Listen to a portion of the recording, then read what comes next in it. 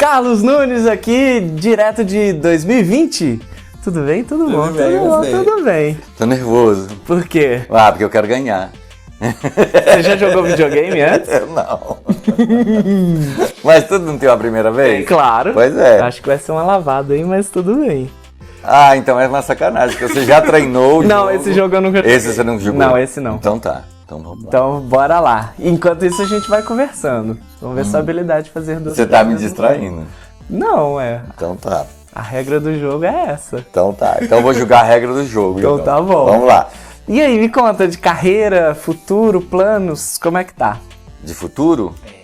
A 2021 eu não sei o que vai acontecer não, mas eu tô querendo fazer um espetáculo sobre o Alzheimer. A gente já tem só o nome, o texto está sendo escrito ainda, mas chama O Alemão que tá me pegando. E eu vou fazer 61 anos de idade já, né? E De carreira? de carreira tem, na verdade, 41 anos de carreira. Então, assim, eu conto a partir do ano que eu me formei, né, no Palácio das Artes. Mas eu sempre fiz teatro na minha vida. Eu sabia que era isso que eu queria fazer, então, antes mesmo de ter assistido uma peça de teatro, eu já trabalhava no teatro, aquela coisa de igreja, aquela coisa de na verdade, eu tenho de carreira o mesmo tempo que eu tenho de vida, porque eu nasci em outubro, quando foi em dezembro eu fui o Menino Jesus no presépio vivo e nunca mais eu parei de fazer teatro, então eu sempre fiz teatro. A culpa foi de quem de ter colocado você lá? Foi a minha mãe. Então a culpa é da sua mãe. A minha mãe me colocou, eu tinha só 2 meses de vida, mas como eu nasci de 7, então na verdade eu tinha 9 quando eu fiz o Menino Jesus no presépio. Prematuro também. Prematuro. Muito bem. Pode apertar Start. Start esse aqui. Eu sei, não, isso eu sei, né? O Start, eu sei onde é que é. Esse aqui eu acho que, eu não sei, eu acho que esse corre, esse acelera e esse aqui dá uns tiros. Isso aí. A pista é muito complicada. Vamos ver. Você sabe que eu tirei carteira de motorista, eu já tinha 42 anos de idade, né? Então eu não sou um motorista muito bom não, mas vamos ver. Deus do céu. E como é que tá de público no século XXI? Você sente dificuldade? Eu entrevistei o Pedro Paulo há pouco tempo. O século XXI tá igualzinho o século XX. O público tá difícil. Mas eu acho que lá mesmo, no século I, século II, século III, o público já era difícil, né? Então, assim, continua tudo igual. Mas a gente tá feliz, porque a gente faz o que a gente gosta. Isso aí mesmo. Então, a gente fazendo o que gosta... Você sabe que você já perdeu, né? Eu já perdi? Já. Mas Você nem jogou direito. Mas você me distraindo, uma pessoa que não sabe jogar, o outro distraindo, é claro que ela vai perder. Como é que foi sua infância?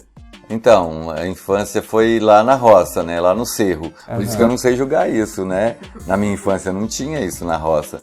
Além luz direito não tinha, porque eu nasci no cerro. O cerro é uma cidadezinha bem pequenininha do interior de Minas Gerais, embora seja uma cidade muito bonitinha. Eu falo, eu presto atenção, não tem jeito. Deixa eu competir, eu vou te mostrar como é que faz e vai me dizendo como é que foi sua vida no cerro. Então, a minha vida no cerro foi bem difícil. A minha mãe teve 19 filhos, ela criou 13. Então, lá em casa era muita gente, né? Sempre foi muito difícil, mas sempre foi muito prazerosa. Eu vejo a vida dos meninos hoje... Eles ganham de mim aqui, mas eu duvido que eles ganham de mim em outros aspectos da vida, porque você já é craque. Primeira vez que eu tô jogando. Mas você também perdeu agora. Mas lá. Mas em outras coisas, eu tenho outras habilidades, né? Eu não consigo julgar isso. Onde é que você tá? Eu tô muito ruim. Você também tá muito ruim. Pra quem joga de sempre, você tá muito ruim. São outros jogos que eu jogo sempre. Mas aí com 7 anos de idade, eu saí do cerro. Os meus pais ficaram muito pobres mesmo, mais que já era. Porque pobre é assim, né? Não tem nada. Quando vem uma enchente, leva. Perdi tudo que eu tinha. Aí quando meu pai perdeu tudo que ele tinha, aí a minha mãe dividiu os filhos. Éramos 13, aí... Eu fui para Vitória, no Espírito Santo, morar com uma tia solteirona, virgem, Ela se orgulhava de ser uma das 11 mil virgens, que dizem que tinha 11 na mil época. virgens na época. E ela se orgulhava de ser uma dessas 11 mil. Eu fui morar com ela, fiquei lá com ela um tempo, fiquei 2 anos lá em Vitória, no Espírito Santo. Depois meu pai se organizou aqui em Belo Horizonte, aí voltamos. Todos? Todos não, 2 ainda ficaram fora. E um já tinha passado na prova da aeronáutica, já estava morando lá em Guaratinguetá, em São Paulo. E aí lá ele fez a vida dele. Então assim, o meu irmão mais velho a gente nunca nem conviveu direito. Agora a gente é super amigo, mas a gente não conviveu muito. E como é que foi que você se descobriu um ator cômico? Então, tudo que eu fazia, eu já sabia que queria fazer teatro, não sabia que queria fazer comédia, mas eu já fazia teatro. E aí, o que confunde nesse jogo, sabe? É que a pista é verde, a gente pensa que o verde é a grama. É, verdade. Aí a gente tá vendo até você. Mas eu tô muito ruim também. Você tá muito ruim, você tá muito ruim mesmo. Então daqui a pouco a gente continua nesse, vamos no papo aí da comédia. Então, aí mas tudo que eu falava as pessoas achavam graça. Tudo que eu falava as pessoas achavam graça. Nossa, tem um jeito de contar as coisas, tem um jeito de ver a vida engraçado, né? E eu não tinha aquela inteligência de raciocínio mesmo, de matemática. Então sempre o teatro estava presente na minha vida. Eu falo que o teatro salvou a minha vida. Porque eu não saberia fazer nenhuma outra coisa que não fosse teatro. Mas faz muito bem televisão. Já fez algumas participações. Fiz pouquíssimas coisas. Né? Mas fez Zorra? Eu fiz Zorra, eu fiz 8 Zorra total. Eu fui contratado no SBT durante 1 ano para fazer o Ó Coitado com a Filomena. Eu fui contratado na Record também durante 6 meses. Eu fiz com o Tom Cavalcante. Teve Manchete também. Na Manchete não. Cananga do Japão. Fiz não. Fiz não. Pantanal. Pantanal não fiz não. Era ele que se transformava em fera. Em Gilma Marruá.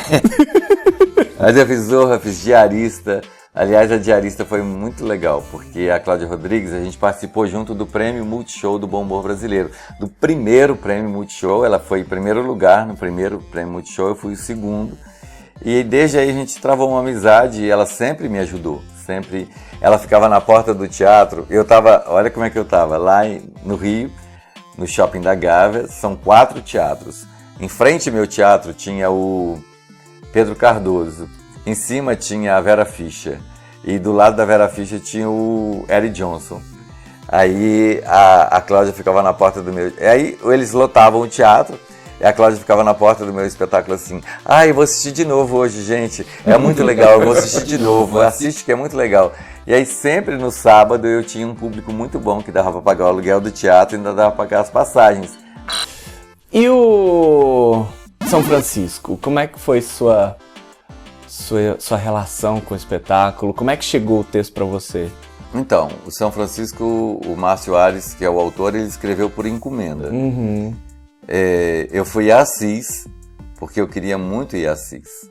Então eu fui lá na Itália, eu fui, na verdade, comemorar que... eu tô indo bem. Sim. Eu fui comemorar, eu tava fazendo 35 anos de carreira, agora não deu. Eu tava fazendo 35 anos de carreira, e aí eu falei assim, eu quero ir em Assis, quero conversar com o Francisco, agradecer a ele de ter conseguido, né, de conseguir viver de teatro nesse país. E aí eu fui com o pessoal da minha igreja, né, e eu sou católico, e tô eu em Assis, e cada um na porta da igreja começou a contar uma historinha sobre São Francisco. Tá indo pro outro lado. Cada um começou a contar uma historinha sobre São Francisco. E um amigo contou a historinha de Francisco, que era assim: Leão, um grande amigo e seguidor de Francisco, era doido para pregar com ele. Tanto pediu, insistiu, encheu o saco, Francisco levou ele para pregar. E lá se foram os dois abraçados, e abraçados andaram um dia inteiro pela vila. De tardinha, quando já estava escurecendo, aí Leão falou: Pai Francisco, a gente não ia pregar? Falei: nós já pregamos, respondeu Francisco. Ele falou: não. Eu estudei do Gênesis ao Apocalipse, eu estudei a Bíblia toda. Até o mapa das 12 tribos eu decorei e nós não pregamos. Ele falou: como não? Se nós abraçados, em paz com a gente, com o mundo, andamos um dia inteiro pela vila dando exemplo de amor, união, respeito e fraternidade. Mas é que a gente não falou nada, né? Aí Francisco respondeu para ele: se for preciso, irmão, fale, mas só se for preciso. Eu achei lindo aquilo, a gente entrou para a igreja A gente entrou para a igreja e começou a rezar dentro da igreja, um silêncio assim. Comecei a escutar fale dentro da igreja. Fale, fale. E minha cabeça foi pirando, e foi vindo uma peça na minha cabeça, foi vindo aquela coisa assim. Eu olhava para o lado, meu amigo estava chorando, eu olhava para o outro, o padre estava chorando. E aí eu saí da igreja desesperado, com uma peça na cabeça, só que o meu humor é muito escrachado, então eu não podia escrever esse texto, porque eu achei que se eu escrevesse ia ficar um escracho e ia ferir a aura de um santo, talvez o santo mais católico, o santo mais venerado da Igreja Católica. E aí eu contei para o Márcio, meu amigo, e falei para ele assim, olha, a peça é isso, eu queria que você escrevesse para mim. Contei para ele uns casos, ele fez uma pesquisa na internet, e aí ele escreveu. E ele continuou daí, se for preciso, irmão, fale, mas só se for preciso. E daí ele vai. Eu achei que era preciso falar. A palavra com humor é o meu instrumento de trabalho. Eu achei que fosse preciso. Me ouvir falar de um homem dessa grandeza por meio da alegria é um presente que vocês me dão na noite de hoje. Deus mora dentro de nós e por isso precisamos pregar através do exemplo. Mas cadê o riso que faz rir, a palavra de amor presente, os talentos que Deus dá a cada um de nós? Chaplin dizia que um dia sem riso é um dia perdido. Eu acredito que a qualidade de vida está diretamente ligada ao humor. Lembra? Lá atrás, no Gênesis, quando estava tudo escuro e aí Deus disse, e faça-se a luz. E a luz se fez. Qualidade de vida. Deus entendia das coisas. E aí daí vai. E aí a gente conta piada, um monte de piada. É muito bonito o espetáculo. E até semana que vem. Obrigado demais pela presença. Até semana que vem. Eu não tô semana que vem, não. Mas pode vir, pode vir. De novo? Não tem problema. Ah, então tá, ainda tem um monte de história ainda. Então, pois é, eu quero muito ouvir. Tá.